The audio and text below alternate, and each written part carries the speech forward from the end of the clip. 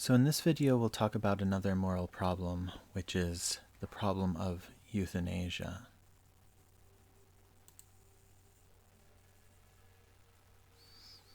So the first argument we'll talk about is the impossibility of voluntary euthanasia argument.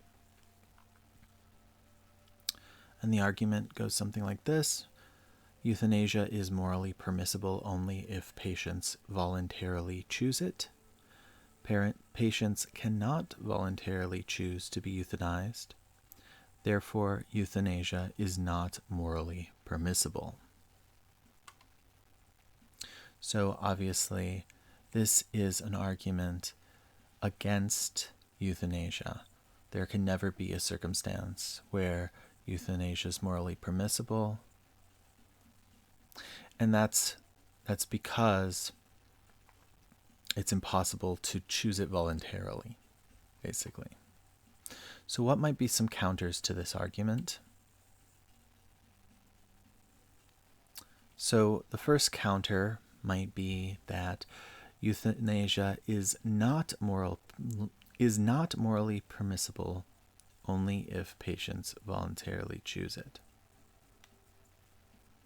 So there might be a case where euthanasia is morally permissible, but the patient doesn't voluntarily choose it. The second counter is that patients can voluntarily choose to be euthanized. So in the first case, you may have cases of euthanasia where the patient is in a coma. The patient doesn't voluntarily choose it, but let's say the doctor determines that there is no better option, and so the doctor says, we're going to euthanize them even though it's involuntary. It can't be voluntary, they're in a coma. That would be a case that would support counter number one. Counter number two would just be giving examples where patients have chosen to be euthanized. So let's say that you have a patient, they're terminally ill, they ask to be euthanized. That would be a sufficient counter. Now, the counter to that counter would be that this patient is not in a state of mind where they actually can voluntarily choose to be euthanized. They're in, perhaps their condition causes them to be in a state of distress, and that distress biases their judgment such that you can't consider their choice to be a voluntary choice. But if that's the case, then all you have to show is that at least one of these patients who is asking to be voluntarily euthanized, you just have to show that they in fact aren't in that state of mental distress. You just have to demonstrate that they're in a normal mental state, and then you've countered the counter to the counter, basically.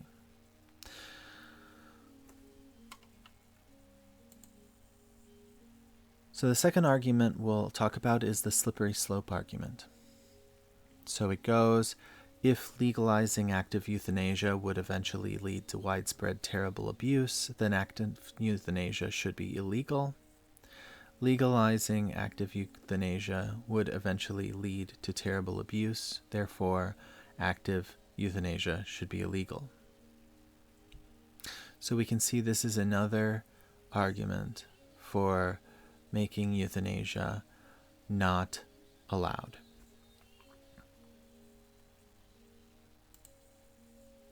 So what are some counters to the slippery slope argument?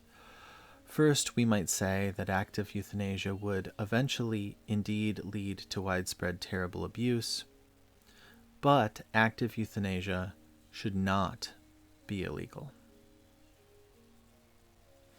So in such a case, we could just bite the bullet and say that the terrible abuse would happen, but we should still do it because perhaps it's worth doing even with the possibility of abuse. The second counter you could run is that legalizing active euthanasia would not eventually lead to terrible abuse. Maybe you could give an example here of a country that legalized active euthanasia, but that had little, if any, problems of abuse. Either of those could counter the slippery slope argument. The next argument is the compassion argument. So this argument goes, if an act is compassionate and prevents needless suffering, then it is morally acceptable. Active euthanasia is compassionate and prevents needless suffering. Therefore, active euthanasia is morally acceptable. So this argument is pro-euthanasia. It's arguing that we are permitted to commit euthanasia in certain circumstances. So what might be some counters to the compassion argument? First, you might argue that an act is compassionate and prevents needless suffering, but it is not morally acceptable. So you might give an example of somebody helping somebody else, but argue that that form of help is just, you cannot do that form of help morally. You can't do it even though you're preventing suffering. You still can't do it. So an example we might give here, let's say you kidnap somebody and put them in a cage in order to make them as safe as possible. And you're preventing the suffering that could happen to them if they weren't in the cage. And you're actually acting compassionately because you're concerned with their safety. But is that morally acceptable? Well, you're seeming to do something that we don't usually consider to be permissible, even though you are compassionate and preventing needless suffering. A second counter could be that euthanasia is not compassionate or does not prevent needless suffering. So maybe the doctor actually is acting out of ulterior motives. They're not trying to prevent the suffering of this person. They're just trying to free their schedule, let's say. And maybe the doctor is some kind of psychopath who has no compassion for their patients. They just want money. And the more people they can funnel through the system, the more money the doctor can get, or something like that. That would be a case of euthanasia that's not compassionate or does not prevent needless suffering. And that case could be real, right? Alternatively, you could have a doctor who euthanizes somebody, but actually that person who got euthanized, they weren't suffering at all. They were just fine. They got euthanized for with no particular reduction in suffering. These examples could both happen, but that doesn't mean that some cases of euthanasia would be compassionate and would prevent suffering. So maybe all that we're saying there is that some cases of active euthanasia are compassionate and prevent needless suffering, and some are not compassionate and don't prevent needless suffering. It certainly seems implausible that all active euthanasia would be not compassionate and not prevent needless suffering. That seems implausible because some cases do seem to do those things. Some cases do seem compassionate, and some cases do reduce suffering. So you'd have to somehow argue that all active euthanasia cases aren't, which is a tall order. The next argument is the equivalence argument. So it goes, if there is no morally relevant difference between killing someone and letting him die, then there is no morally relevant difference between active and passive euthanasia. There is no morally relevant difference between killing someone and letting him die. Therefore, there is no morally relevant difference between active and passive euthanasia. So this argument is essentially trying to get at the idea that we don't really have a problem when we let someone die. So if a doctor has a terminally ill patient and there's not much to be done, the doctor might let them die under certain circumstances. And if we're willing to let people die, then shouldn't we also be willing to kill them under similar such circumstances? Is there a relevant difference between those two acts, letting someone die and killing them? Here we're arguing that there's not a difference, and therefore we should treat active euthanasia just like we treat passive euthanasia. So this is an argument basically in favor of consistency. If we treat passive euthanasia a certain way, then we should treat active euthanasia the same way. So what are some counters to the equivalence argument? First, we might counter that there is no morally relevant difference between killing someone and letting them die, but there is some morally relevant difference between active and passive euthanasia. So we would have to argue here that killing someone and letting them die, that's not analogous to active and passive euthanasia at all. But this actually seems implausible just because of the way that active and passive euthanasia are defined. Active euthanasia is defined as a euthanasia where you are actively killing someone, whereas passive euthanasia is defined as letting someone die. So in a sense, active and passive euthanasia are just subcategories of killing someone and letting them die, respectively. So there's not much, you'd have to redefine what you mean by active and passive euthanasia here. So it's not a particularly plausible counter.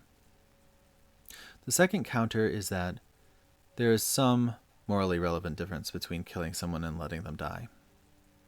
So this is a more plausible counter because it does seem like we treat these two acts differently. If you go and shoot someone on purpose and kill them, we usually consider that murder. But if you watch somebody else kill someone, we don't usually convict that other person, that the bystander. We don't convict them of murder, even though in a sense they let the person die. Now the culpability may increase the more responsibility they have. So if you're a security guard, let's say, and your job is to protect the people that are in a certain place, and you just do absolutely nothing, you shirk your duties, then we would probably consider you to be more responsible for stopping someone from killing, or allow or giving aid when someone is wounded and bleeding out, let's say. But the further away you are from the situation in degrees of responsibility, the less we might hold you accountable. Essentially we often draw this distinction between killing and letting die. So in the case of euthanasia, we might draw a similar distinction here, and that would be a plausible counter. The next argument is the autonomy argument, and it goes, if an action is autonomous and violates no one else's rights, then the law ought to allow it. Many requests for active euthanasia are both autonomous and such that granting that request will violate no one's rights. Therefore, many instances of active euthanasia should be legally permitted. So again, here we have an argument for allowing euthanasia, at least in the form of an autonomous, non-rights violating euthanasia. So what might be some counters to the autonomy argument? The first thing we might say is that an action is autonomous and violates no one's rights, but the law ought not to allow it. So maybe there are some things that should be illegal, even if they are, not actually violating anyone's autonomy and rights. Maybe we should do certain things. Maybe we should prohibit certain actions, and those actions should be prohibited on other grounds other than autonomy and rights violations. Second, many requests for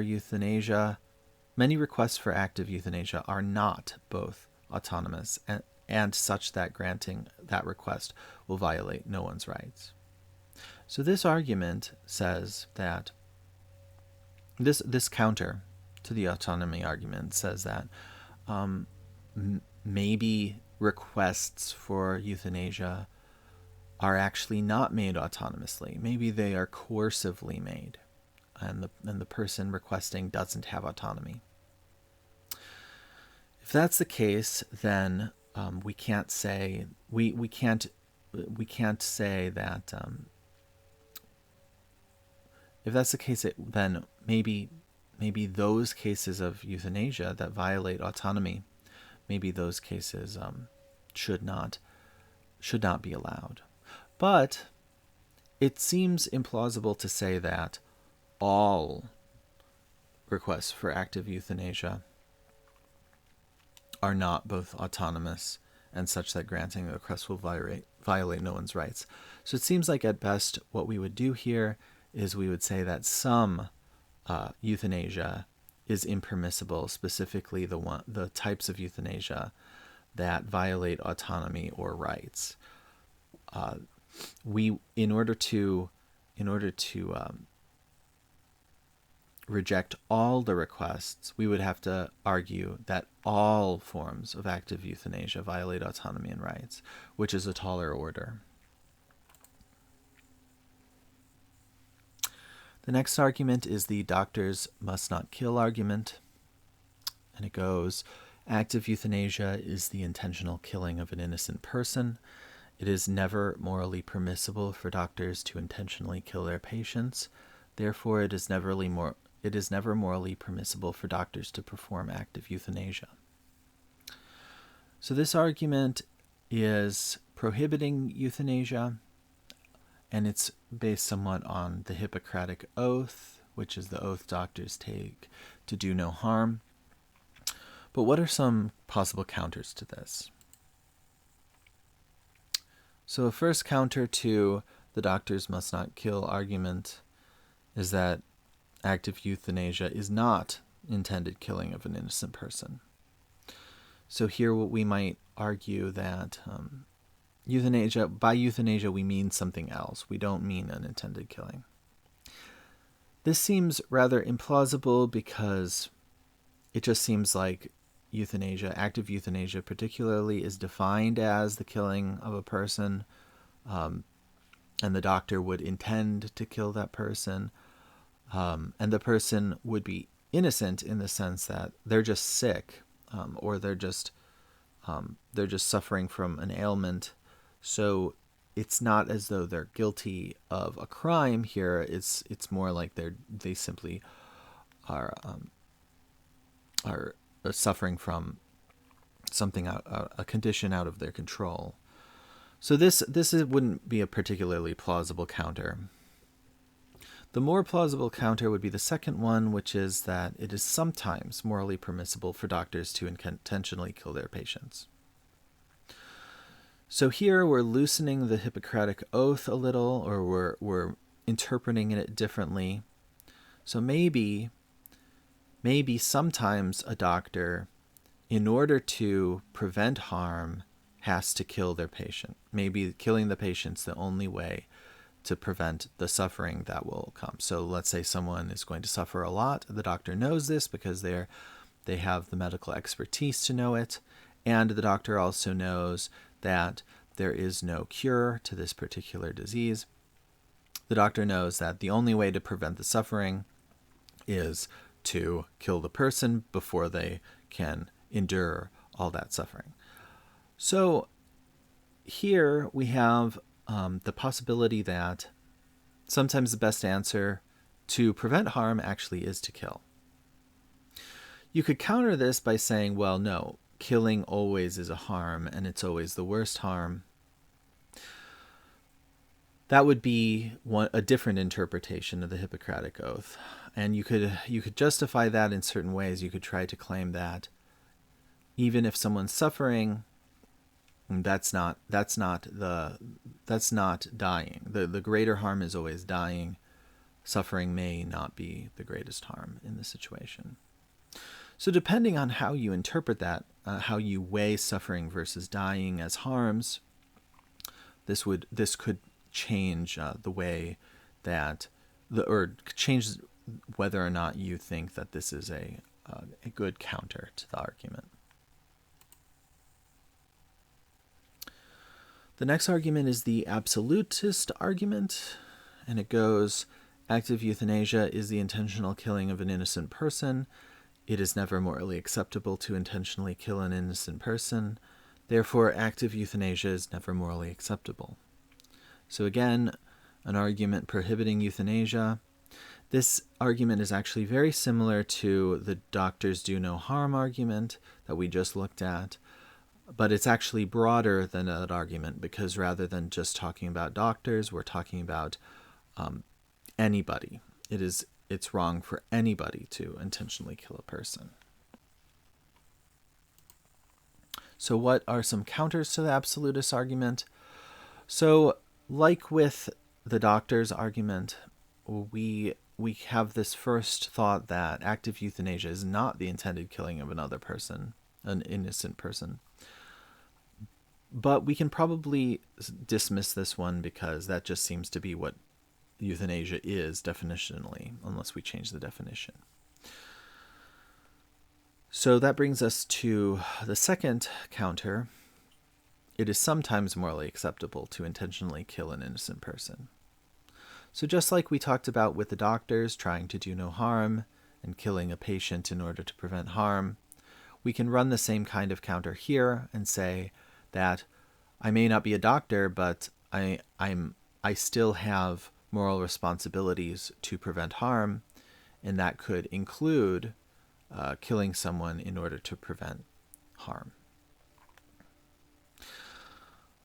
So if you accept this counter, then you would also accept the counter related to doctors, presumably, because this encompasses all people, including doctors. You might say that some people, like doctors, have special duties, so that might make the duty of the doctor to cure different from the duty of an average person. But ultimately, if everybody has the duty in which they can sometimes intentionally kill a person, then at least somebody in the society would permissibly be able to commit these euthanasias. So maybe you might have these euthanasia doctors or these euthanasia specialists who aren't doctors, where the doctors never do euthanasia, but you have these other euthanasia specialists who do the euthanasia when the doctor can't find a cure, something like that. So similarly with what we said before, you might counter this by saying, well, dying is always the greatest harm. And depending on whether or not you think that's a plausible response, it would change whether you think this is a good counter to the absolutist argument. The next argument is the medical error argument. So it goes, if we should outlaw practices that will mistakenly result in the loss of innocent life. Active euthanasia will sometimes mistakenly result in the loss of innocent life. Therefore, we should outlaw active euthanasia. Again, this is an argument prohibiting euthanasia, but based on a different reason, the reason being medical error. So what are some counters to the medical error argument? Firstly, we could say we should not outlaw practices that will mistakenly result in the loss of innocent life.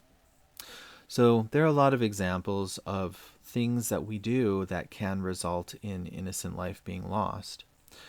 This ranges from swimming in pools to driving in cars. Those activities can mistakenly result in loss of innocent life, but we tend not to prohibit them. So maybe we should think of euthanasia in the same way. Secondly, active euthanasia. We could say that active euthanasia will not sometimes mistakenly result in the loss of innocent life. So here we would be countering the medical error argument by claiming that medical errors never actually occur. We have a perfect doctor who never gets their euthanasia wrong. So this particular counter seems fairly implausible. Even if we believe it's possible to have a perfect doctor, like some kind of God doctor who never makes an error and is completely infallible, even if we believe in that, it's surely not the case that the doctors that actually exist, the human doctors here on Earth, it's surely not the case that they never make errors. Sometimes those doctors will probably make errors, right? So it's unlikely that this counter can ever go through, at least in a world where mistakes are made. So the next argument is the playing God argument. It goes, playing God is immoral. Committing active euthanasia is playing God, therefore active euthanasia is immoral. Again, we have a prohibition against euthanasia, but arguing from a different reason. The reason being that we don't want to play God. What are some counters to the playing God argument? The first thing we could say is playing God is not immoral. So maybe there are certain ways to play God that are totally okay, and those ways to play God are essentially things that we do and should do. This seems reasonable to think, because if we take certain religious traditions seriously and think that humans are either made in the image of God or have some faculties in common with God, then humans are playing God just by existing, because we're saying that we are a kind of replication of God in another form. So everything we do is replicating a behavior of God in our form. The second counter we can make would be that committing active euthanasia is not playing God. So when we commit active euthanasia, we're just doing a human thing. We're killing, and humans kill. It's not playing God particularly to kill, just like it's not playing God to give birth. We're just doing something that humans have always done. So that's reasonable to think, because it does seem like we don't just think of all killing as a form of playing God. It seems like lots of species kill all the way up to humans from the lower animals, but we don't call those animals out for playing God. We also do lots of things that are essentially kinds of creation and destruction other than killing, and we don't necessarily consider all these kinds of creation and destruction playing God, even though that's sort of what we think about when we talk about playing God, is sort of emulating that creative and destructive ability of a God. So these are reasonable ways to counter the playing God argument. This will ultimately boil down to your concept of God and your concepts in your theology, whatever religion you subscribe to, if you subscribe to a religion.